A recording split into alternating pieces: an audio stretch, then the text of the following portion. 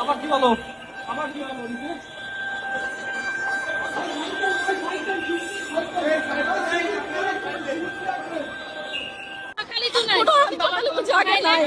আমাদের সময় দেন, আমরা বাচ্চাগুলো রিকভার করি, তারপর আপনারা ব্যবস্থা নেন। এটা গরিবের হসপিটাল তো, এই জন্য এরা লাইসেন্স বাতিল করা হয়েছে, আর কোনো কিছু না। খামের জন্য এতগুলো বাচ্চা মারা যাইতেছে, ওখানে কোনো তদন্ত নাই। কেন ভ্যাকসিন করানো তদন্ত নাই? হ্যাঁ, তাহলে এখানে এটা দূর করে না করছে, তার জন্য আরো পানিশমেন্ট আছে। একটা হসপিটাল বন্ধ করে দিল, কি আছে না এখানে? এখানে যে সুযোগ সুবিধাগুলো পাচ্ছি অন্য কোথাও পাবো না। আর সবচেয়ে বড় কথা হচ্ছে আমার বাচ্চার যে রোগ, এই রোগের অন্য হসপিটাল আছে, এই রোগ কি সেটাই জানে না। আমাদের বাচ্চা নিয়ে আমরা বের হয়ে যেতাম, লাইসেন্স বন্ধ হয়ে গেছে, এখন আমরা কোথায় যাবো আপনারা বলেন? স্বাস্থ্যমন্ত্রীর কাছে আমাদের অনুরোধ, আমরা কোথায় যাবো বাচ্চাগুলো নিয়ে? আমার বাচ্চার রিপোর্ট 2 দিন সময় লাগবে, ব্লাড কালচারের রিপোর্ট আছে, তাই না? এখন আমি এই বাচ্চার এই কালচারের রিপোর্ট যদি না কমে, তার ইনফেকশনের পরিমাণ না কমে, আমি অন্য কোথাও নিয়ে আবার অ্যাপ্লাই করলাম, আবার টানহাইসরা। প্রত্যেকটা বাচ্চার ভিতরে একই সমস্যা, কারণ আমরা গার্জিয়ান, আমরা ভিতরে ঢুকতেছি প্রতিনিয়ত, জানতেছি এরকম করা উচিত না। আমার একটা আপাতত কথা এতটুকুর ভিতরে আপনারা স্বাস্থ্য মন্ত্রণালয়ে কথাগুলো পৌঁছান যে এত শর্ট টাইমে এটা সম্ভব না করা। আমার জামাই চটপটি বেছে, আমার মায়ের মনে করেন রক্ত কম, আজকে অপারেশন করার কথা ছিল না, ফিরা সাদা রক্ত কিনলাই না, অপারেশন আমি মনে করেন শনিবার ডেট করছে, 60,000 টাকার মতন আমার গেছে গা। ধরেন শরীরপুর জাজি রাখতে নাইছি, ওখান যদি আমার যাইতে হয় গা, তাহলে আমি ওই মাইয়ার নিয়ে আর জামাই বেছে চটপটি, আমি কই টাকা পাই? টাকা কই পাই? 8 দিন হসপিটাল আপনি বন্ধ করে দিলেন, কি কারণে? গরিব মানুষ অনেক চিকিৎসা পায়। কার ইশারায় করে দিলেন? ইন্ডিয়ার ইশারায়। যারা বাংলাদেশ ইসলামী জাতীয়তাবাদকে সমন্বিত রাখতে চায় তাদেরকে আপনি টার্গেট করেন, সেদিন আপনি ইসলামকে টার্গেট করছেন। মাননীয় প্রধানমন্ত্রী বিভিন্ন কথা বলতেছেন, এটা কি মেলায়ন করে? এটা কার অংশ? কার একটা? আপনি একটা জিনিস বলেন, ওনার আজকে কি বলা উচিত ছিল? গতকালকে একটা হাই কমিশনার এসে বলতে পারে 2 দেশ এক করে দিব, এ বিষয়ে ওনার মুখে বন্ধ কেন, তলা কেন? উনি আজকে এই বিষয়ে বললেন না কেন? বিরোধী দলের কথা বলতে পারলেন, কিন্তু উনি এই কথা, বিরোধী দলীয় নেতা প্রথমে কালকে রাতে স্টেটমেন্ট বলছে, ওনার কাছে জবাব চাওয়া উচিত, এবং ওনাকে এই দেশে কিভাবে উনি থাকে। কালকে একটা লোক এসে বললো 160 কোটি লোক আমরা সব এক হয়ে যাবো। আরে যে দেশের 22% লোকের টয়লেটের ব্যবস্থা নাই, সে দেশের সাথে বাংলাদেশ যাবে? আরে তোমার দরকার হয় বাবা, তুমি বাংলাকে না পারো চালাতে, আমাদের সাথে দিয়ে দাও। ব্যারিস্টার শাহরিয়ার কবির, আপনার কাছে একটু ওটাও যেটি জামায়াতের আমির চট্টগ্রামের জনসভায় বললেন, যে মানে বাজেটের সমালোচনা একটি গণতন্ত্রের সৌন্দর্য, এতে রাগ করার কি আছে? সম্প্রতি সামাজিক যোগাযোগ মাধ্যমে একটা বেশ ট্রল ঘুরে বেড়াচ্ছে, মানে কি রাগ করলা, এরকম একটা বিষয় কথায় কথায় বলা হচ্ছে আর কি। তো মনে হচ্ছে মানে এই জামায়াতের আমির এটি বলার পর থেকে ওই যে রাগ করলা বিষয়টা চলে আসছে। মানে এটি যেমন স্বাভাবিক, গণতন্ত্রের সৌন্দর্য, বিরোধী দল সমালোচনা করবে, বিরোধী দলের সমালোচনা নিয়ে সরকারি দলও সমালোচনা করবে, সেটিও তো একটা স্বাভাবিক ব্যাপার। সেখানে একদম বিক্ষোভ বা সেটার বিরুদ্ধে কথা বলা, সেটাও তাহলে কেমন হয় আর কি? মানে সরকার যদি রাগ করতে, বিরোধী দল যদি রাগ করতে পারে, সরকারও করতে পারে, বা পাল্টাপাল্টি, তো তাই নয় কি? ধন্যবাদ আপনাকে, আপনার মাধ্যমে আপনার দর্শকদেরকে সালাম শুভেচ্ছা, এবং আপনাদেরকে আসসালামু আলাইকুম রহমতুল্লাহ বারাকাতুহু। আরে সমালোচনা হতে হবে গঠনমূলক। এখন ধরে নেন যেখানে সরিষা হয় না, আমি বলে দিলাম সেখানে সরিষা হয়, তাহলে হবেটা কি? আমি বলে দিলাম, ধরে নেন যে আবু আলম খান ভাইয়ের এলাকায় আলু ভালো হয়, আমি বলে দিলাম না আলু হয় না, ওখানে সয়াবিন হয়। ভাইরা দেখা গেল বাংলাদেশে কোথাও সয়াবিন হয়। এটা যখন রাষ্ট্র, ধরে নেন আমি শাহরিয়ার কবির কি বললাম তাতে কিছু যায় আসে, তা আবু আলম ভাই যখন কিছু বলবে সেটা যায় আসে, কারণ উনি রাষ্ট্রের সচিব মর্যাদায় বিভিন্ন একটা লং সময় ছিলেন। আর মাননীয় প্রধানমন্ত্রী যখন বলবেন, সেটা কিন্তু মানে ওয়েট না, তার কথাটাই বাংলাদেশের মানুষ কি করবে, বিশ্বাস করবে, এবং তার উপর ভিত্তি করে দেশ চলবে। ধরে নেন এই বাজেটের কথা বলি, বাজেট দিলেন 9,38,00,000 কোটি টাকা, if I am not wrong. বাংলাদেশে এ পর্যন্ত রাজস্ব আহরণ হয়েছে 3,00,000 সাড়ে 3 লক্ষ কোটি টাকা। তাহলে বললাম আমরা জুলাই রেভলিউশনের পরে কি বললাম, যে আমাদের একটা পরিবর্তন হতে হবে, যেটা আবু আলম খান ভাই অলরেডি বললেন। একটা গাতানুগতিক বাজেট, একটা চিত্ত আকর্ষণমূলক বাজেট, একটা ঘাটতি বাজেট। শোনেন, ধার করে পোলাও খাওয়ার মধ্যে কোনো কৃতিত্বতা নাই, বরং ধার না করে একবেলা খাবো, সেটার মধ্যে শান্তি আছে। সো বিএনপি যে বাজেটটা দিয়েছে, এই বাজেটের উৎসটা দেখে, তাদের যে রাজস্ব আদায়ের যে চিন্তা, যে লক্ষ্যমাত্রা স্থির করছে, এই লক্ষ্যমাত্রা হচ্ছে দেখা যাচ্ছে জমিদাররা যেভাবে পিটে ইয়ার কাছ থেকে নিত, বা নীলকরেররা যেভাবে ব্রিটিশরা নীলকরের চাষ করার জন্য চাষিদের কাছ থেকে আদায় করতো, ওরকম আদায় না করলে এই বাজেট তো দূরের কথা, ঘাটতি তো দূরের কথা, অর্ধেক টাকাও তার অর্ধেক টাকাও জোগাড় করার কোনো ক্যাপাসিটি নাই। সেকেন্ডলি, আইএমএফ যেখানে বলতেছে যে আমরা কোনো বাজেটকে সমর্থন করব না যে বাজেটে ভর্তুকির ব্যবস্থা রাখা হয়েছে, এই বাজেটে দেখেন একটা বিশাল অঙ্কের টাকা ভর্তুকির জন্য রাখা হয়েছে। আপনি স্বাভাবিকভাবে আপনার নাই, আপনি দেখেন তো এন্ট্রিম গভর্নমেন্ট কিরকম বাজেট দিন, কোনোভাবে যেন চলে, এবং ব্যয় সংকোচন নীতি। আজকে মাননীয় প্রধানমন্ত্রী বললেন বড় বড় কোনো প্রজেক্ট নেওয়া হবে না, উনি 20,000 কোটি টাকা দিয়ে দিলেন কি বন্ধ শিল্প কারখানা চালু করার জন্য।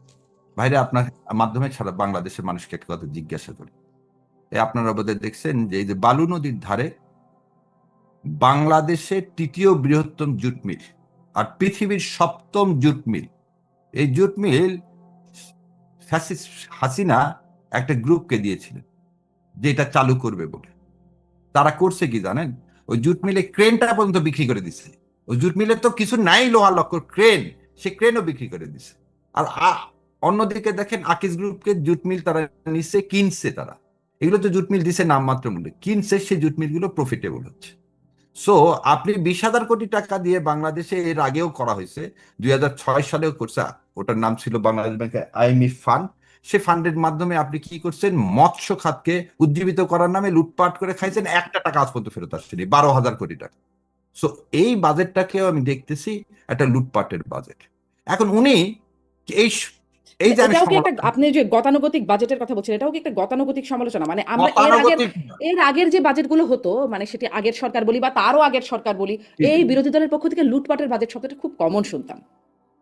এবারের কারণ আপনি তো গতানুগতিকতে বের হয়ে আসেননি, তার মানে আপনি লুটপাট করার জন্য বাজেট করছেন। আর প্রশ্ন হচ্ছে, উনি এটাকে যে বললেন কি যে মদের দাম বাড়াইছি, সিগারেটের দাম বাড়াইছি বলে বিরোধী দল সমালোচনা করছে, বিরোধী দল সমালোচনা, কারণ মানে উনি বোঝেনি, স্ক্রিপ্ট রাইটারের যে কথাটা বললেন না, আমার পাশে যেগুলো আছে তাদের যদি মাথার মধ্যে আল্লাহ যদি ওই জ্ঞানটুকু না দেয় যে বিরোধী দল কি বলতেছে, যে মানুষের উপর করের বোঝা চাপায় না, তুমি রাজস্ব আহরণ করবা, আর রাজস্ব আহরণ করবা কি এই 3,000 কোটি টাকা থেকে বাকি 5,000 কোটি টাকা, বা হলে তো তাও একটা স্বাভাবিক ছিল, 5 লক্ষ কোটি টাকা তুমি কোথায় থেকে আদায় করবা, কোন খাত থেকে? তুমি সে খাত বলতেই পারতেছো না, তুমি সে খাত বিরোধী পক্ষ থেকে যে ছায়া বাজেট দেওয়া হয়েছে সেটিও তো 8,39,000 কোটি টাকা, মানে অনেক যে কম দেওয়া হয়েছে, বা সেটি যে ঋণ ছাড়া এই বাজেটও বাস্তবায়ন করা যাবে তেমনটাও তো না। এখানে আবার কথা আছে, বিরোধী বাজেটের মূল দেখেন 40% টাকায় কি বিদেশি ঋণ পরিশোধের জন্য দেওয়া হয়েছে, ওখানে ভর্তুকির ব্যবস্থা রাখা হয়নি, ওখানে জাকাত থেকে কত টাকা আসবে সে আহরণের ব্যবস্থা, প্রতিটা each and every single item টাকাটা কোথায় থেকে আসবে। ওখানকার দেখেন যে ভাই, যেটা আবু আলম ভাই বলেন, গ্যাপটা কত। আপনি বিরোধী দলের, এবং এটা হচ্ছে সবচেয়ে বড় সত্য কথা, বিরোধী দল বা আপনি যে খালেদা, মানে দেশনেত্রী খালেদা জিয়া এর আগে ছায়া বাজেট দিচ্ছেন, ছায়া বাজেট কখনো আসেনি, পুরা বাজেট আসেনি। ওই যে এনসিপি যেমন করে দিচ্ছেন স্ন্যাপশট, এইভাবে বিএনপি দিচ্ছেন, পুরো একটা বাজেট কখনো দেয়নি। এবং এই বাজেটটা দেখা যাবে যে সরকার আমলে নিবে না, তার মেজরিটি আছে, সে পাশ করে ফেলবে। তো কথা হচ্ছে করের বোঝা রেখে এডিবি বাস্তবায়ন করবেন কেমন করে? আপনার কথার কাজের মধ্যে তো মিল থাকতেছে না। আপনি যেটা বলেন বিরোধী দল আর রাগ অভিমান না, জামাত ইসলাম বারবার সতর্ক করে দিচ্ছে, আপনি পুরাতন পথে চললে আপনি তো বেশি দিন গদিতে থাকতে পারবেন না রে ভাই, ধৈর্যের তো একটা সীমা আছে। 3 মাসে অধৈর্য করে দিলেন আপনি, 8 দিন দেখেন, 8 দিন হসপিটাল আপনি বন্ধ করে দিলেন, কি কারণে? গরিব মানুষ অনেক চিকিৎসা পায়, কার ইশারায় করে দিলেন? ইন্ডিয়ার ইশারায়, যাতে এরকম ভালো ভালো হসপিটাল গুলো বন্ধ হয়। সমস্ত এই তথ্যটাই বা কোথা থেকে আসলো, মানে এই তথ্যটাই কোথা থেকে আসলো? ইন্ডিয়ার ইশারায় বন্ধ হলো, আর মাথা ব্যথা হচ্ছে আপনি মাথা কেটে ফেলে দিবেন। রাজশাহী মেডিকেল কলেজে 91 জন বাচ্চা মারা গেল, রাজশাহী মেডিকেল কলেজ বন্ধ করে দিচ্ছেন, রাজশাহী মেডিকেল কলেজ বন্ধ করে। আচ্ছা, মাইলস্টোন কলেজে কি হয়ে গেল? এয়ারপোর্টের পাশে মাইলস্টোন কলেজ আছে, সেখানে একটা প্লেন ক্র্যাশ হলো, মাইলস্টোন কলেজ আর ওখানে বাড়িঘর সব বন্ধ করে দিচ্ছেন না। তার মানে কি? আমি একটা উদাহরণ দিলাম যে পলিটিক্যাল গোলগুলো আপনার যা অ্যাচিভমেন্টের করতে চাচ্ছেন সব হাস্যস্কর, এবং এগুলো কার ইশারায় করতেছেন? পাশের দেশ ইন্ডিয়ার ইশারায় করতেছেন। ওই জন্য বাজেটটা দিচ্ছেন গতানুগতিক, যাতে ফেল করে, এই সরকারও নাস্তা নাবুদ হয়ে যাবে, আবার মানুষ বিক্ষোভ করবে, সরকার পড়ে যাবে। আর কত? সেটাই বিরোধী দলীয় নেতা বলছে, আপনি একটু দয়া করে শুনেন। মানে আমি একটু ভালো করে বুঝতে চাই আসলে, 8 দিন হসপিটাল পাশের দেশ ইন্ডিয়ার ইশারায় কেন বন্ধ হবে? 8 দিন হসপিটালের সাথে ইন্ডিয়ার শত্রুতা কি? ও শত্রুতা আমি কি আচ্ছা, আপনি বোধহয় জানেন না, মেডিকেল ভিসা ছাড়া কিন্তু অন্য ভিসা ইন্ডিয়া দিচ্ছে না। এবং এই এন্ট্রিমেট পিরিয়ডে বোধহয় মানুষের মেডিকেল ভিসায় যাওয়াটা সবচেয়ে কমে গেছে। এখন কেন, এখন মানুষ তো অল্টারনেটিভ খোঁজে। আপনি যেমন বোধহয় সাক্ষাৎকার দেখছেন, বাংলাদেশে সবচেয়ে কমে এবং বিনা পয়সায় যদি প্রসূতি মায়েদের কারো সিজার করা হয়, তাদের চিকিৎসা দেয়, সেটা আদ্দিন হসপিটাল। আদ্দিন হসপিটালের যে ফিজের যে ফিগার, সেটা সর্বনিম্ন। এবং আদ্দিন হসপিটাল একটা ইন্টারন্যাশনাল মানের একটা হসপিটাল, একটা প্রাইভেট হসপিটাল। কিন্তু আপনি আমার দেখেন সরকারি হসপিটালের কথা বলা হচ্ছে না। মানুষ কিন্তু আমাদের দেশে বড় বড় যাই বলে বিরোধী দলীয় নেতা, সরকারি হাসপাতালে কি তার অপারেশন হয়েছে? না, প্রাইভেট হসপিটাল, ইউনাইটেড হসপিটাল হয়েছে। আপনি তো এই কথা বলতে পারেন না যে ইউনাইটেড হসপিটাল দেশের সবচেয়ে ভালো হসপিটাল, সবচেয়ে বেশি এক্সপেন্সিভ, সেটা তো সাধারণ মানুষ যেতে পারবে না। তাহলে সাধারণ মানুষের যাওয়ার জন্য যে জায়গা রাখা হয়েছে সেটাকে আদ্দিন হসপিটাল। এবার আপনাকে একটা গল্প শুনে, আমার এক বন্ধু ছিল, তার নাম রিঠু। ওকে আমাকে বলতো যে শোন, ঢাকা কি জন্য যাবো, নওগাঁ থেকে কলকাতা যেতে আমার লাগে 113 টাকা। আর তখন ঢাকাতে, নওগাঁ থেকে ঢাকা নন এসি বাসের ভাড়া ছিল 350 টাকা। আবার বলে দিচ্ছি, নওগাঁ থেকে কলকাতা পর্যন্ত পৌঁছাতে খাওয়া দাওয়া সহ লাগে 113 টাকা। আর নওগাঁ থেকে ঢাকা লাগতো তখন 375 টাকা। আমি তো অবাক হয়ে গেলাম, কিভাবে রে? বললো কিছু না, সান্তাহার স্টেশন থেকে থার্ড ক্লাসে একটা টিকিট কাটবি, দর্শনা পর্যন্ত চলে যাবি, দর্শনা থেকে ওপারে পার হবি, 17 টাকায় কলকাতা। তাহলে এই যে দুপুরবেলা সুন্দর মতো বুফে কারে খাবি, খেয়ে ওখান থেকে আর নড়বি না, তুই ওই বুফে কারে বসে থেকে দর্শনা পর্যন্ত তুই চলে যাবি, এই করে 113 টাকা। এই যে কথাটা বললাম টাকার সাথে সম্পর্কিত, কারণ কলকাতা গেলে আমার কি হয়, আমার খরচটা কম হয়, এই চিন্তা করে আদ্দিন হসপিটাল করা হয়েছে। আর ভারত এটা বন্ধ করে দিল কেন? আদ্দিন যারা অ্যাফোর্ড করতে পারবে না তারা তো ভাই ইউনাইটেডে যেতে পারবে না, তাদের ডেস্টিনেশন কোথায় হবে? তাদের ডেস্টিনেশন হতে হবে কলকাতা। এই কথা এটা যদি সহজ ভারত ভাবতো, সরল। তাহলে ভারত এত ভিসা কেন বন্ধ করতো? মানে ভারতই তো মানে এটা তো ভারত ইন্টেনশনালি না, ভারত ভিসা না, সংকুচিত করেছিল। না, ভারতের জন্য মেডিকেল ব্যবসা ছাড়া অন্য দাঁত দিব না, মেডিকেল ভিসাই খালি চালু রাখছে, অন্য ভিসা সেটাও রাখে। সীমিত করেছিল। সেটাও তো মানে সেটার উপরও নানান রকম নজরদারি মানে সীমিত কম করেন না, দেওয়া সীমিত হচ্ছিল। করতে না, নজরদারি না, আমি বললাম যে ইনস্টিটিউশন আপনি নষ্ট করে দেয়। এই যে আজকে বাজেটের কথা বললাম, আমি একটা উদাহরণ দিলাম, যা ভারত হচ্ছে আপনার শত্রু, সে সর্বক্ষেত্রে আপনাকে চাবে মানুষের মাধ্যমে তারেক জিয়া কি মেলায়ন করতে। এই যে তারেক জিয়াউর রহমান মাননীয় প্রধানমন্ত্রী বিভিন্ন কথা বলতেছেন, এটা কি মেলায়ন করে? এটা কার অংশকার? একটা আপনি একটা জিনিস বলেন, ওনার আজকে কি বলা উচিত ছিল? গতকালকে একটা হাই কমিশনার এসে বলতে পারে 2 দেশ এক করে দিব, এ বিষয়ে ওনার মুখে বন্ধ কেন, তলা কেন? উনি আজকে এই বিষয়ে বললেন না কেন? বিরোধী দলের কথা বলতে পারলেন, কিন্তু উনি এই কথা, বিরোধী দলীয় নেতা প্রথমে কালকে রাতে স্টেটমেন্ট বলছে, ওনার কাছে জবাব চাওয়া উচিত এবং ওনাকে এই দেশে কিভাবে উনি থাকে। কালকে একটা লোক এসে বললো 160 কোটি লোক আমরা সব এক হয়ে যাবো। আরে যে দেশের 22% লোকের টয়লেটের ব্যবস্থা নাই, সে দেশের সাথে বাংলাদেশ যাবে? আরে তোমার দরকার হয় বাবা, তুমি বাংলাকে না পারো চালাতে, আমাদের সাথে দিয়ে দাও। যেমন তো করিমগঞ্জকে জোর করে আমাদের কাছ থেকে নিয়ে নিচ্ছ, সব ফেরত দাও। আসাম আর করিমগঞ্জ, পশ্চিমবঙ্গ ফেরত দাও, আমরা ভালো মতো চালাতে পারবো। আমাদেরকে নিতে যান। উনি এই বিষয়ে কোনো কথা বললেন না, উনি বাজেটটা সম্পর্কে কনস্ট্রাকটিভ আমি কোনো একটু কথা আবু আলম শহীদ খানের কাছে যেতে চাচ্ছিলাম, তবে এই প্রসঙ্গটা একটু আপনার কাছ থেকে শুনেই তারপরে যাই, যে এই যে কোনো কথা বললো না এই বিষয়ে, মানে এরকম কথা তো আসলে সুন্দর শোনা যায় বলে অনেক সময় অনেক কথা বলা হয়, খুব মানে লিটারেলি মিন করা হয় কিনা, মানে আমি ভারতীয় হাই কমিশনের বক্তব্যের প্রসঙ্গটা জিজ্ঞাসা করছি, এরকম একটা বিষয় কিনা। আর এই বিষয়ে মানে দুঃখিত, মানে মুখ বন্ধ বা কথা বলছেন না সরকার, আপনি যে অভিযোগটা করলেন, ধরেন হাদি হত্যাকাণ্ড নিয়ে তখন যে ভারতীয় আধিপত্যবাদ, 7 সিস্টার আলাদা করে দেওয়া ইত্যাদি নানান রকম কথা শোনা গেল, এখন যখন মমতা বন্দ্যোপাধ্যায় বললেন যে স্বরাষ্ট্রমন্ত্রী অমিত শাহর নির্দেশে হয়েছে, কারা করিয়েছেন, মানে তিনি করিয়েছেন, কাদের দিয়ে করিয়েছেন মমতা বন্দ্যোপাধ্যায় জানেন, সেখানেও সরকার মুখ বন্ধ রাখলো। এবং বিরোধী দল বা যদি বলি জামাত, শিবির, তারাও তো কোনো আনুষ্ঠানিক বিবৃতি, প্রতিবাদ, শক্ত আন্দোলন, রাস্তায় কিছু করলো না, যেখানে হাদি হত্যাকাণ্ডের পরে একদম প্রথম আলো, ডেইলি স্টার, উদিচি ঘোষণা দিয়ে জামাত শিবিরের পক্ষ থেকে, মানে শিবিরের পক্ষ থেকে, জামাতের বলবো না, শিবিরের পক্ষ থেকে একটা শিবির নেতাদের পক্ষ থেকে, আনুষ্ঠানিক শিবিরেরও না সেটি, ঘোষণা দিয়ে মানে হামলা টামলা করা হলো যে এটি ভারতীয় আধিপত্যবাদ। এখন যখন ভারতের পক্ষ থেকে বলা হচ্ছে গুরুত্বপূর্ণ ব্যক্তি, তখন আর তারাও কেন মুখে বন্ধ, মুখে কুলুপাটা? জানি না, আমি একটু বলতে পারি আমার মুখটা খোলা। আমি গতকালকে শোনেন, গতকালকে আমি জনসভা করছি, 2 ঘন্টা বৃষ্টির মধ্যে দাঁড়ায় থেকে 500-র মতো লোক, বৃষ্টিতে ভিজছে, একজনও যায়নি। কোথায় করছে জানেন? বাহাদুর শাহ পার্কে। এই বাহাদুর শাহ পার্কে জনসভা করে তারপর ওখান থেকে স্যার সলিমুল্লাহর কবরে যেন জিয়ারত করে আসছে। কিসের দাবিতে জানেন? একটাই দাবি, যে এই যে ভারত যে কথাগুলো বলতেছে, ব্রিটিশের মতো আমি ভারত ছাড় আন্দোলনের ডাক দিছি।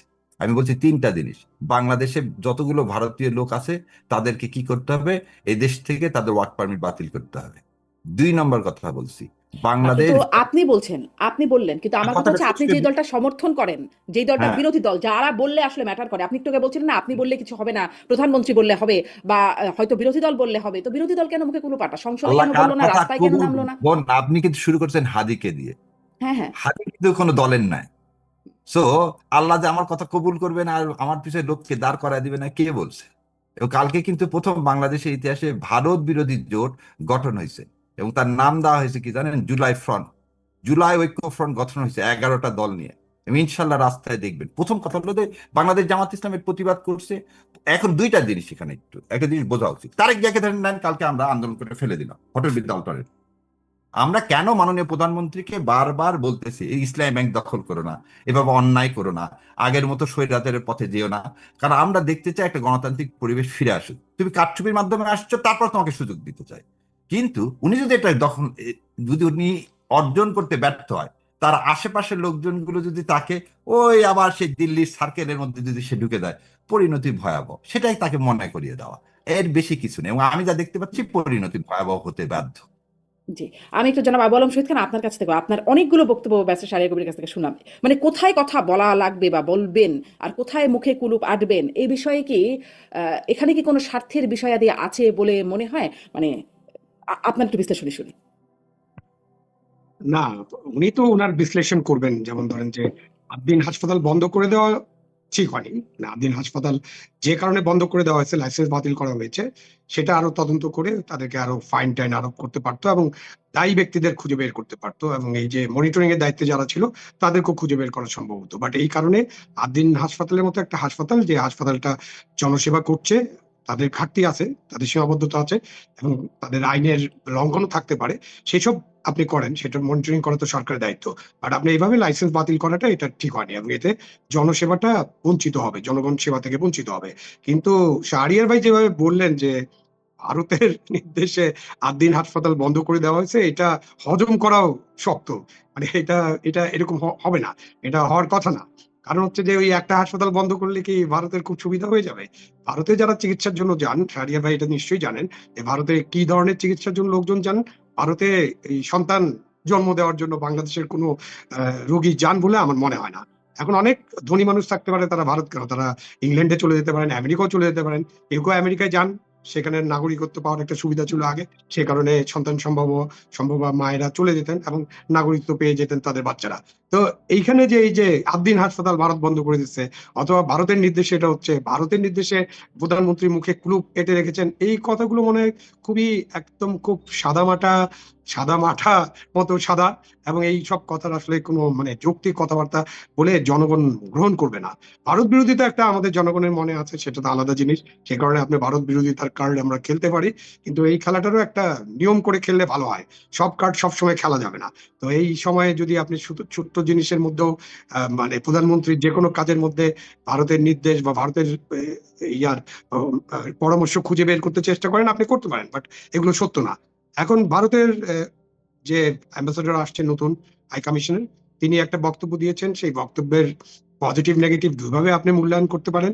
তিনি যে বক্তব্য দিয়েছেন, সেই বক্তব্যে তিনি নিশ্চয়ই এটা বলেননি যে বাংলাদেশ ভারতের সাথে বিলীন হয়ে যাক। এই কথাটা আমার তার বক্তব্য পরে কিন্তু আমি এটা মনে করিনি। এখানে তাকে ভিসা সংক্রান্ত বিষয় যখন প্রশ্ন করা হয়েছে, তখন তিনি এরকম একটা উত্তর দিয়েছেন যে আমরা 160 কোটি লোক, আপনার 20 কোটি লোক, আমরা একটা বিশাল শক্তি, আমাদের মধ্যে আরো অনেক ধরনের সম্পর্ক গড়ে উঠতে পারে, জনগণের সাথে জনগণের সম্পর্কের বিষয়গুলো থাকতে পারে, এবং ভিসাটা ইজি করার একটা বিষয় আছে। তো সুতরাং ওই কথাটাকে ভারত বাংলাদেশকে নিয়ে নিতে চায়, এরকম আমি মনে করি না, এরকম আশঙ্কা আমার নাই, এরকম চিন্তা করারও কোনো কারণ নেই। বাংলাদেশ এমন একটা দেশ যে ভারত এটাকে নেওয়ার কোনো প্রশ্নই উঠে না, মানে এখন পর্যন্ত আমি যা মনে করি। ভবিষ্যতে কি হবে, 10 বছর পরে, 5 বছর পরে কি হবে, সেটা তো আমি জানি না, বাট বাংলাদেশকে কেন ভারত নেবে? বাংলাদেশে এখানে 18 কোটি বা 20 কোটি মানুষের মধ্যে 90% যদি মুসলমান হয়, তাহলে আপনি চিন্তা করেন 18 কোটি মুসলমান, এবং ভারতে তো মুসলমানের সংখ্যা আমরা জানি। তো এই যে আমাদেরকে যদি ভারত নিয়েও নেয়, তাহলে যে মুসলমানদের যে একটা শক্তি, সেই শক্তি বিশাল শক্তি হয়ে যাবে। সেই শক্তির মোকাবিলা করা তো ভারতের জন্য খুবই কষ্টকর। সুতরাং ভারত এবং এই যে ইকোনমি কেন ভারত গ্রহণ করবে? মানে ভারতের বাংলাদেশ দখল করে নেওয়ার বা বাংলাদেশকে নিজের দখলে নিয়ে যাওয়ার, সিকিম ভুটান বানানোর কোনো পরিকল্পনা আছে এরকম আমার মনে হয় না।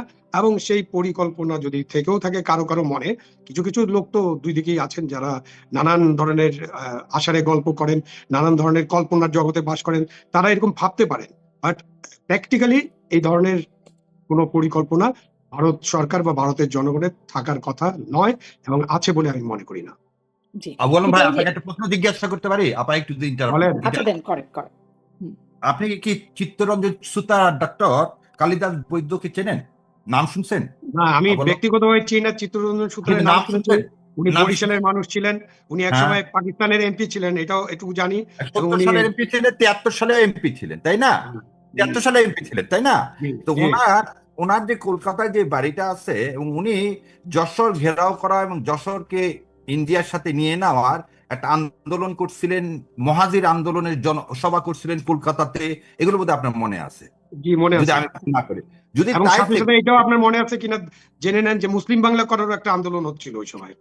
আচ্ছা, আমি আপনার অর্থগুণ বলতে যাই, এবং এই যে ষড়যন্ত্র করলেন আপনি মহাজির সঙ্গ দিয়ে বাংলাদেশকে খেয়ে ফেলে দেওয়ার জন্যই তো কবে করছিলেন? ৭৬-৭৭ সালে। সো ভারত আপনাকে গিলে খাওয়ার কথা কিন্তু ৭১ সাল থেকে আসতেছে, আবু আলম ভাই, আমি যদি ভুল না করি। এবং এই বইটা বোধহয় আপনি পড়ছেন মনে হয়, আবু রুশদের এই বইটা।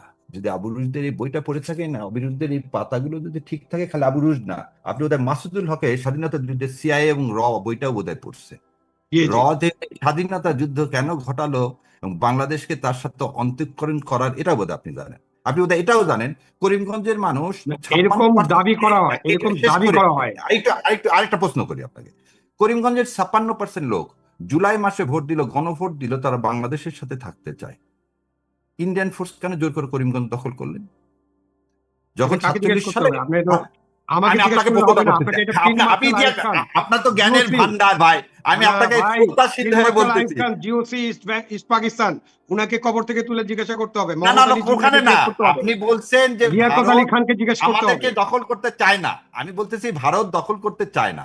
প্র্যাকটিক্যালি ভারত বাংলাদেশ দখল করে ভারতের কোনো লাভ নেই, এটাই না, বলছি। যদি এটা তাই একটা হয়ে অ্যানালাইসিস, থাকে, এটা না একটা না, অ্যানালাইসিস, ভারতের কোনো লাভ নাই।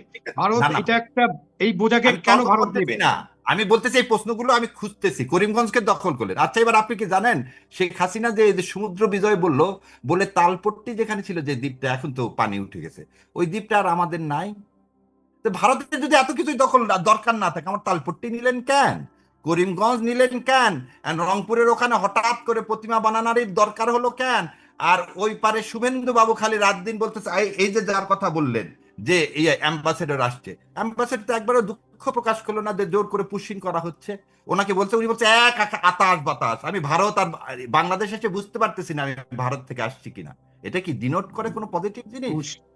দেখেন, পুশিনের ব্যাপারে অবশ্যই শত্রু পুশিনের ব্যাপারে অবশ্যই আপনার বক্তব্য থাকবে, মানে আমাদের বাংলাদেশের রাষ্ট্রের একটা বক্তব্য থাকবে, এবং আমরা আন্তর্জাতিক যে আইন কানুন আছে সেটার ভিত্তিতেই এই সমস্যার সমাধান হতে হবে। এই বিষয়ে সরকারকে অবশ্যই স্পষ্টভাবে জানাতে হবে এবং সরকারকে একটা কঠোর ভূমিকা নিতে হবে। এবং সরকারের যে আপনি আর আমি তো সরকার চালাচ্ছি না, বাট আমাদের যে বিজিবি আছে, পুশিনের ব্যাপারে তাদের যে ভূমিকা এবং ওখানে বর্ডারে স্থানীয় জনগণের ভূমিকা, এইসব তো আমরা জানি নাকি? জানি না। সুতরাং এই বাধা তো আমরা দিচ্ছি। আমরা স্বাধীন বাংলাদেশের সার্বভৌমত্ব কোনোভাবে কেউ লঙ্ঘন করার চেষ্টা করলে আমরা অবশ্যই সেখানে বাধা দিব এবং সরকারকে সেখানে কঠোর ব্যবস্থা নিতে হবে। সরকারের যে বিজিবি কি সরকারের ইচ্ছা ছাড়াই নিজেরা কি জামাতের ইচ্ছায় এখন বাধা দিচ্ছে নাকি? এরকম মনে হয় নাকি আপনার? না না, আপনার কাছে এটা আবার জিজ্ঞাসা করি, স্বাধীনতা যুদ্ধের সাথে আপনার মুক্তিযোদ্ধা ছিলেন, ওপারে গেছেন, ট্রেনিং নিয়ে আসছেন, আপনিও তো ছাত্র ইউনিয়ন করতেন রে ভাই, আপনি কি বলে দিই, আমি তো শেষ বলেন সেটা। আর আমি বলতেছি, আমার বাবা মুক্তিযোদ্ধা, এই জন্য আপনাকে সম্মান করি অন্যরকম ভাবে। বললাম ভাই, আমি একটু বলতেছি, আপনারা ওপারে গেলেন, ট্রেনিং নিলেন, অস্ত্র নিয়ে আসলেন। 24-এ দেখেন তো আমরা কারো ট্রেনিং ছিল, অস্ত্র ছিল? আজকে যে লোকগুলোর কথা বললেন বর্ডারে, ছিল নাকি ব্যারিস্টার শাহরিয়ার কবির, আসিফ মাহমুদ চৌধুরী তো বললেন যে ছিল না, সশস্ত্র বিপ্লবের প্রস্তুতি। বলতেছে আজকে বর্ডারে যে লোকগুলো গেছে লাঠি নিয়ে গেছে, বাংলাদেশ এই জাতি, কারণ আমরা হচ্ছে আমাদের রক্তের মধ্যে, আমরা জানি যে তারা আমার মুসলমানিত্ব কেড়ে নিতে চায়। একটু আগে বললেন না যে আদ্দিন হসপিটালকে কেন খেয়ে ফেলে দিয়েছে? যে একই সুতা ইসলামী ব্যাংকে ইন্ডিয়া খেয়ে ফেলে দিছিল, ইসলামী ব্যাংকে জঙ্গি অর্থায়নের ব্যাংক বানাইছিল হাসিনা এই লক্ষ কোটি টাকা পাচার করার জন্য। কোথায় এখন তো বের হয় না যেটা জঙ্গি ব্যাংক, ঠিক আদ্দিনকে একই কারণে বন্ধ করেছে। এটা বলতেছে ইউনাইটেড হসপিটাল কোভিডের সময় মানুষ মারা যায়নি, তো ইউনাইটেড হসপিটাল কি বন্ধ করে দেওয়া হয়েছে? যেখানে মুসলমান, যেখানেই জামাতের প্রতিষ্ঠান সেখানেই ওদের বলছে কে মহাসচিব জামাতকে জামাতের রাজনৈতিকভাবে কি করা হবে?